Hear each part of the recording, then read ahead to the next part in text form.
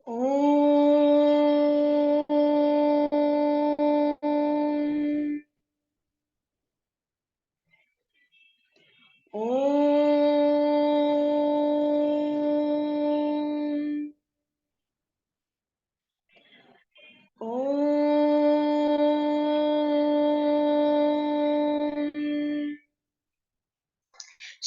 परमात्मने नमः।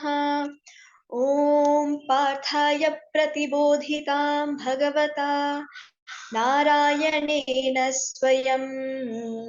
व्यासेन ग्रथितां पुराणमुनिना मध्ये महाभारतम् अद्वैतामृतवर्षिणीं भगवतीम् अष्टादशाध्यायिनीम् अम्ब त्वामनुसन्दधामि भगवद्गीते भवद्वेषिणी। नमोऽस्तु ते व्यासविशालबुद्धे पुल्लारविन्दायतपत्रनेत्र येन त्वया भारततैलपूर्णः प्रज्वालितो ज्ञानमयः प्रदीपः प्रपन्नपारिजाताय स्तोत्रवेत्रैकपाणये ज्ञानमुद्राय कृष्णाय गीतामृतदुहे नमः। सर्वोपनिषदो गावः दोग्धा गोपालनन्दनः पार्थो वत्सः सुधीर्भोक्ता दुग्धं गीतामृतं महत्। वसुदेवसुतं देवं कंसचाणूरमर्दनं देवकी परमानन्दं कृष्णं वन्दे जगद्गुरुं। भीष्मद्रोणतटा जयद्रथजला गान्धारनीलोत्पला शल्यग्राहवती कृपेण वहनी कर्णेन वेलाकुला अश्वत्थामविकर्णघोरमकरा दुर्योधनावर्तिनी सोत्तीर्णा खलु पाण्डवैरणनदी कैवर्तकः केशवः पाराशर्यवचः सरोजममलं गीतार्थगन्धोत्कटम् नानाख्यानककेसरं हरिकथा सम्बोधनाबोधितम् लोके सज्जनषट्पदैरहरहः पेपीयमानं मुदा भूयाद् पंकजं कलिमलप्रध्वंसिनः श्रेयसे मूकं करोति वाचालं पङ्गुल्लङ्घयते गिरिं यत्कृपातमहं वन्दे परमानन्दमाधवम् यं ब्रह्मा वरुणेन्द्ररुद्रमरुतः स्तुन्वन्ति दिव्यैस्तवैः वेदैः साङ्गपदक्रमोपनिषदैः गायन्ति यं सामगाः ध्यानावस्थिततद्गतेन मनसा पश्यन्ति यं योगिनः यस्यान्तं न विदुःसुरासुरगणाः देवाय तस्मै नमः देवाय तस्मै नमः। अथ प्रथमोऽध्यायः अर्जुनविषादयोगः। धृतराष्ट्र उवाच धर्मक्षेत्रे कुरुक्षेत्रे समवेतायुयुत्सवः मामकाः पाण्डवाश्चैव किमकुर्वत सञ्जय। सञ्जय उवाच दृष्ट्वा तु पाण्डवानीकं व्यूढं दुर्योधनस्तदा आचार्यमुपसङ्गम्य राजा वचनमब्रवीत् पश्यैतां पाण्डुपुत्राणाम् आचार्यमहतीं च मूं व्यूढां द्रुपदपुत्रेण तव शिष्येन धीमता अत्र शूरा महेश्वासाः भीमार्जुनसमायुधि युयुधानो विराटश्च द्रुपदश्च महारथः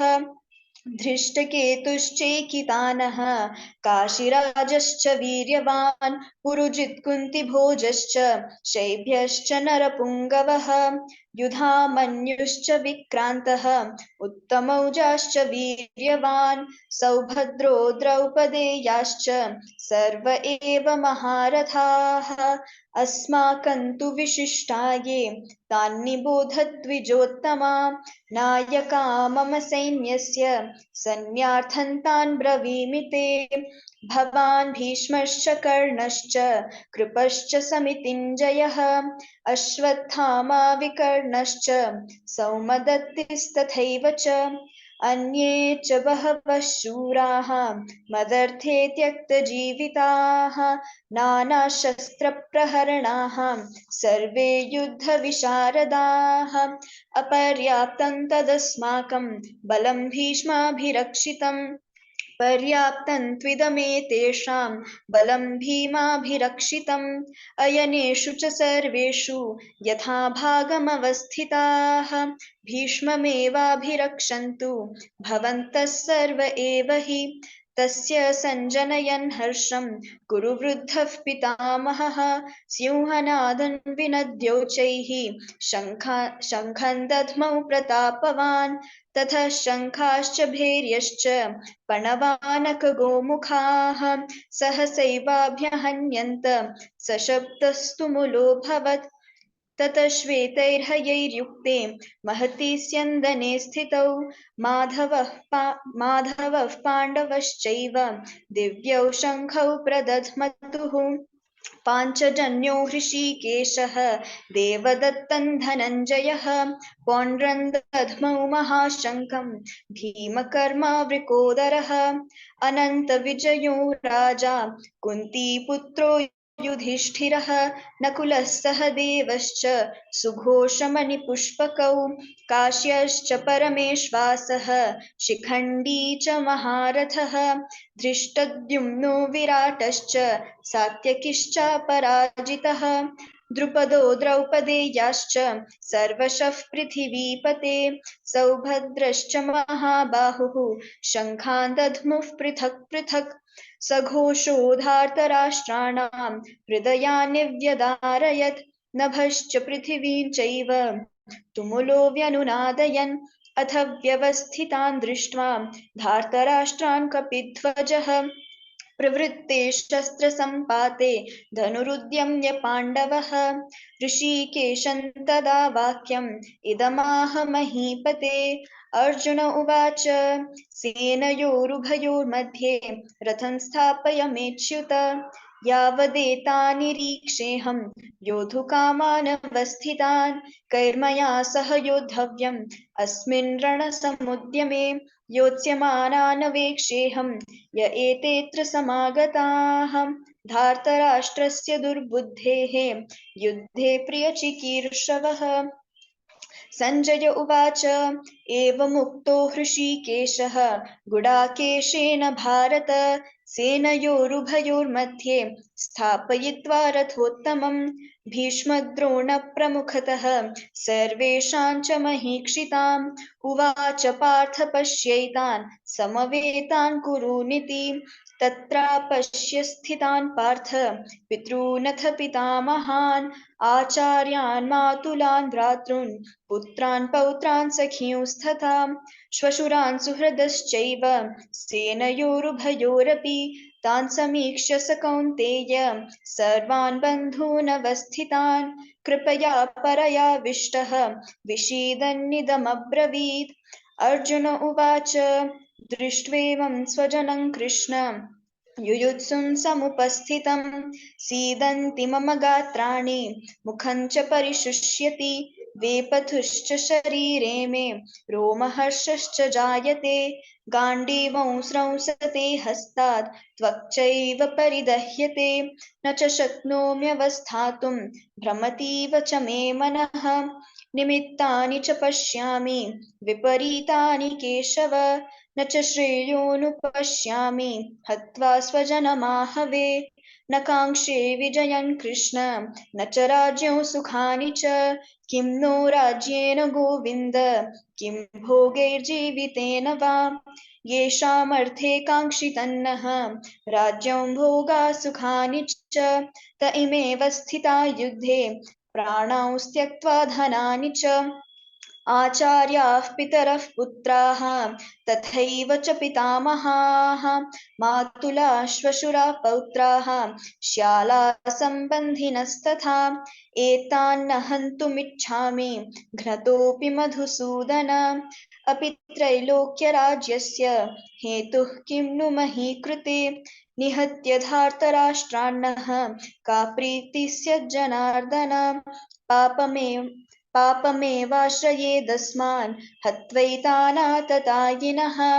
तस्मान्नर्हा वयं हन्तुं धार्तराष्ट्रान् स्वबान्धवान् स्वजनं हि कथं हत्वा सुखिनः स्याम माधव यद्यप्येतेन पश्यन्ति लोभोपहत चेतसः कुलक्षयकृतं दोषं मित्रद्रोहे च पातकम् कथन्न ज्ञेयमस्माभिः पापादस्मानिवर्तितुं कुलक्षयकृतं दोषं प्रपश्यद्भिर्जनार्दन कुलक्षयप्रणश्यन्ति कुलधर्मा सनातनाः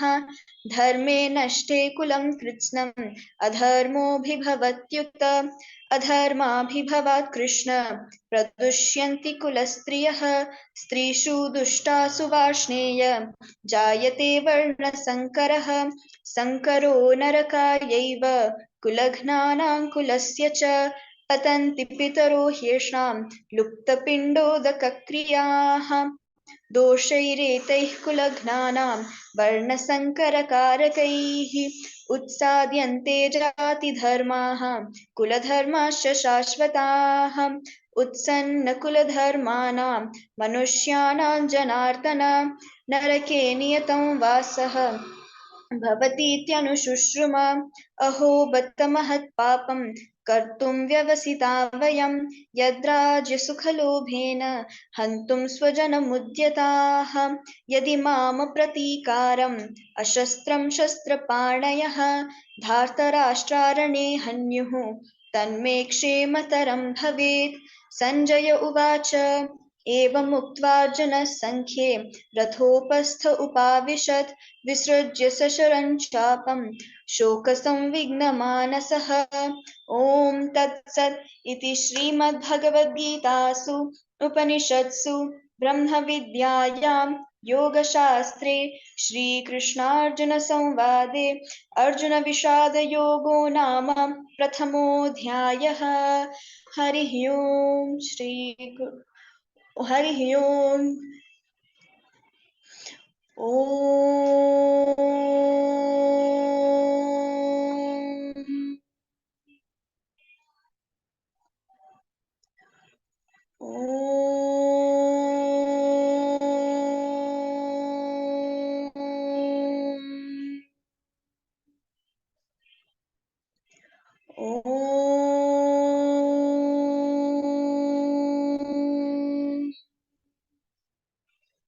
हरि ओम्